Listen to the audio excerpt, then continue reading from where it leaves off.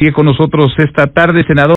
¿Qué tal, Manuel? Me da gusto saludarte, a ti y a tu auditorio. Igualmente. Esta tarde. Muchas gracias. Gracias, Ricardo, muchas gracias, senador. Están promoviendo ustedes una reforma fiscal, una iniciativa de reforma fiscal que incluiría pues un programa económico para tratar de paliar la crisis que ya vive nuestro país por la pandemia de COVID-19. ¿Qué tan urgente y qué tan necesaria es una reforma fiscal en estos momentos? Mira, Manuel, yo creo que después de la pandemia habrá un nuevo orden mundial. Tendrá que revisarse todo el plan fiscal y tendrá que aplicarse una progresividad fiscal, que además se ha venido aplicando siempre en países después de crisis, después de guerras, como en el caso de la Primera y la Segunda Guerra Mundial.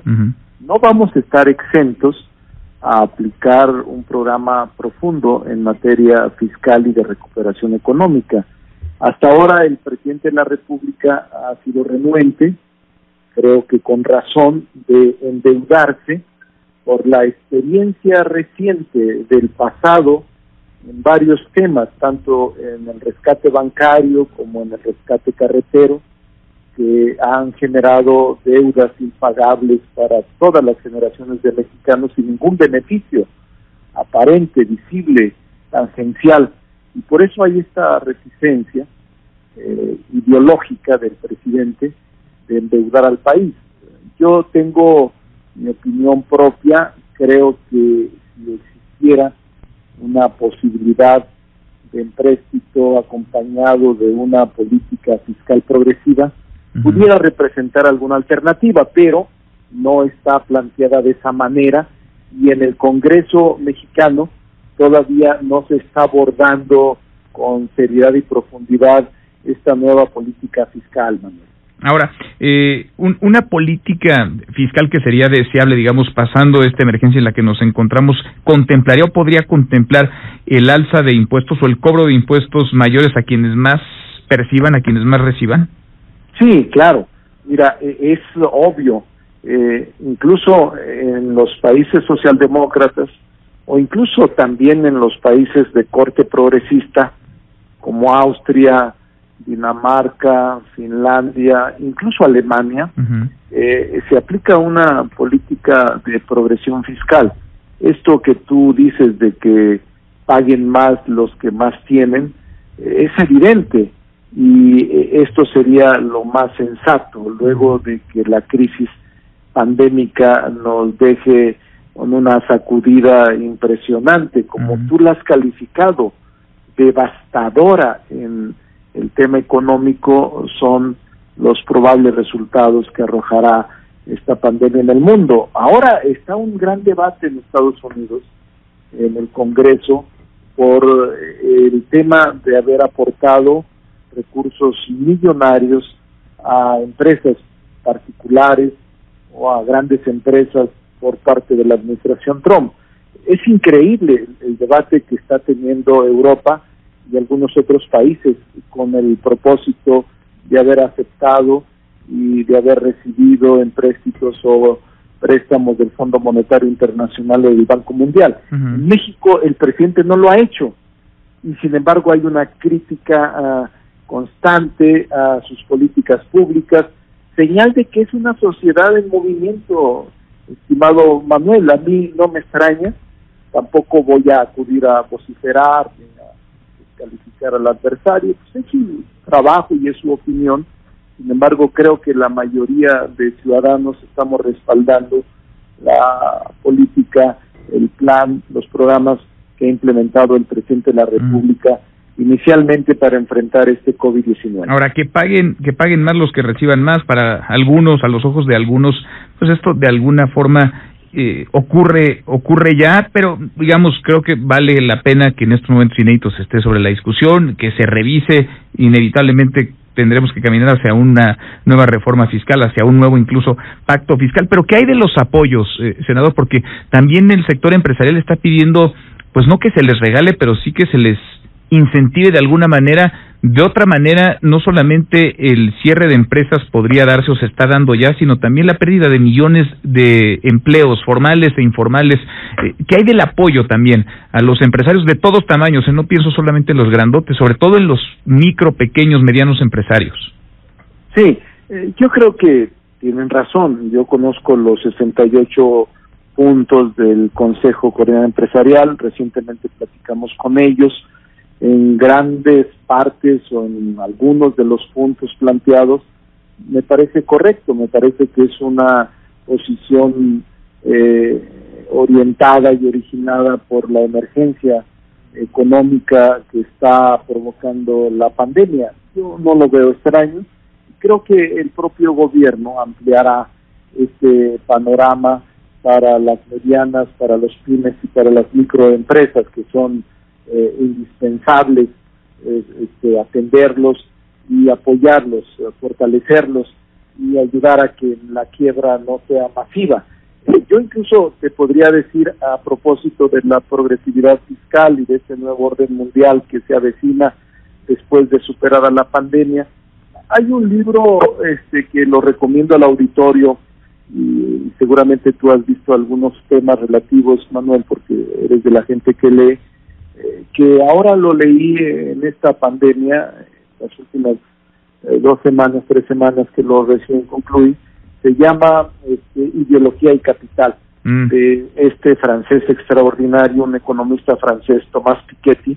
Sí. Lo recomiendo, es un libro amplio, pero te describe con perfecta claridad en qué momento, cuando las sociedades se encuentran en grave crisis, cómo pueden repercutir, cómo pueden avanzar, cómo pueden resolver con medidas progresistas que no afecten a la mayoría, sino a un sector que es el que más soporta el tema económico, y es precisamente lo que él denomina la progresividad fiscal. No solo él, sino todos los economistas del mundo, y que se ha aplicado, repito, cuando hay economías de choque, cuando hay guerras mundiales, cuando hay secuelas de terremotos, secuelas de crisis profundas como esta, que es la del COVID-19. Ahora, doctor, estoy platicando con el senador Ricardo Monreal. Algunas de las medidas que se aplican también en otros países, particularmente los europeos, pienso en Alemania, pasan por este llamado ingreso básico universal, un ingreso para todos los ciudadanos sin importar,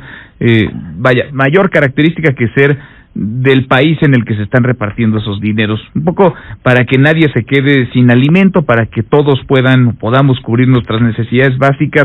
Hay una especie de propuesta, no sé si es iniciativa formalmente todavía en el Senado, pero hay una propuesta para que haya un ingreso básico universal. ¿Cómo lo ves? No está mal. Mira, eso sucede normalmente en el mundo. En los países socialdemócratas, repito, Noruega, Austria, Dinamarca e incluso en Alemania, que es una especie de socialdemocracia la que predomina en el gobierno, se aplica este ingreso básico universal.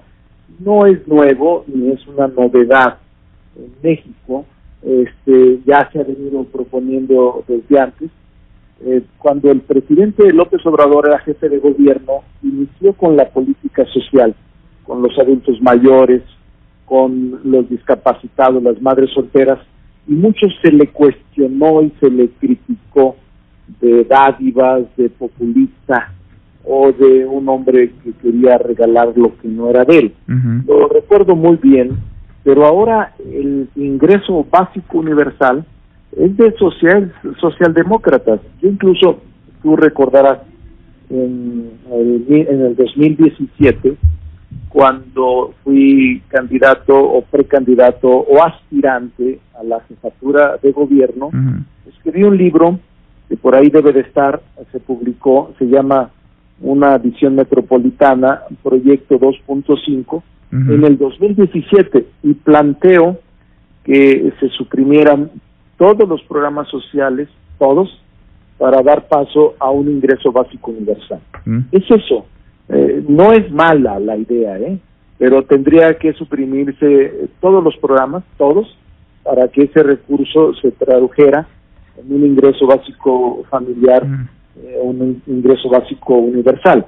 Es el programa que se aplica en México, la política social que aplica el presidente, de diversificar los apoyos a adultos mayores, estudiantes, becas, discapacitados, madres solteras,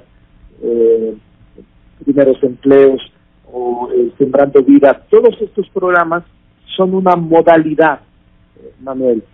Si aplicara el ingreso básico universal, tendría que ser a cambio de eso, no agregado a esto, sino no habría presupuesto que alcanzara. Sí. El tema de todos estos programas es saber qué es lo que representa el ingreso para que el egreso también sea proporcional. No puedes gastar más de lo que ingresas, al menos que acudas a un endeudamiento imparable y permanente. Que ya ha dicho el presidente López Obrador que no, que no le gustaría endeudarse, que él no lo ve como una opción, como una alternativa. Ahora, la cobija es de cierto tamaño, hay quienes le están tratando de jalar de diferentes... Estás tocando el tema claro, ¿no? O sea, el presupuesto es agotado, tiene un límite, no puedes inventar, porque es recursos, ¿de dónde lo vas a sacar?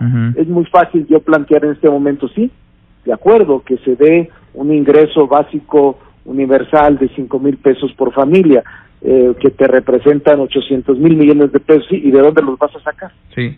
Ahora, ¿dónde los vas a sacar? Había quienes pensaban, Dolores Padierna particularmente, la diputada Dolores Padierna, la semana pasada, en borrar, pues, así de un plumazo los 44 fideicomisos y repartir esos dineros, o utilizar esos recursos para hacer frente a la emergencia económica en la que nos encontramos. Metió en el mismo costal pues a todos los fideicomisos. ¿Tú cómo lo ves, senador? Mira, yo entiendo que el Estado mexicano, o el gobierno, el Ejecutivo, que es el responsable de diseñar la política económica y de implementar estos planes y programas en emergencias sanitarias, está urgido por tener recursos, porque no ha acudido a deuda, porque no tiene endeudamiento externo, porque no tiene recursos extras salvo los que están recaudando todos los días. Pero el hecho de que desaparezcan los fideicomisos, los 40 y tantos fideicomisos, y que tienen un destino, un propósito, y que lo hagas de manera generalizada, como dicen coloquialmente, a rajatabla, no es lo más correcto, por eso se generaron tantas reacciones. Una cosa es que el Estado, el gobierno, tiene necesidad de recursos para enfrentar la pandemia, está buscando de dónde obtener recursos, y los fideicomisos estuvieran muertos, si no tuvieran un propósito, si no tuvieran una transparencia o una rendición de cuentas, es probable que debieran concentrarse para que se dispusieran para enfrentar la pandemia. Pero los fideicomisos que funcionan, los fideicomisos que tienen sentido y que tienen esencia, como el de la ciencia y tecnología, como el del cine mexicano, como el de los problemas meteorológicos o emergencias de tipo natural, creo que deberíamos cuidar mucho y no tratar de manera generalizada el tema. Es lo que yo planteo en un debate serio, amplio con la sociedad, en un parlamento abierto, definir qué es lo conveniente respecto de estos 44 fideicomisos, cuánto representan, qué cantidad de dinero aportarían al gobierno para enfrentar el COVID y qué sectores se desprotegerían frente a la pandemia y al futuro después de la pandemia. Pues vamos platicando en el camino. Por lo pronto, el Parlamento, el Senado, tendría que ser ese espacio de discusión. ¿Hay fecha, senador, por cierto, para que pueda haber alguna sesión? Manuel, porque es una iniciativa que presentó, si mal no recuerdo, la diputada Dolores y el diputado Mario Delgado. Sí, ya después se fue a la congeladora, se quedó ahí en la congeladora guardada, o por lo menos ahí sigue. No, estamos en permanente.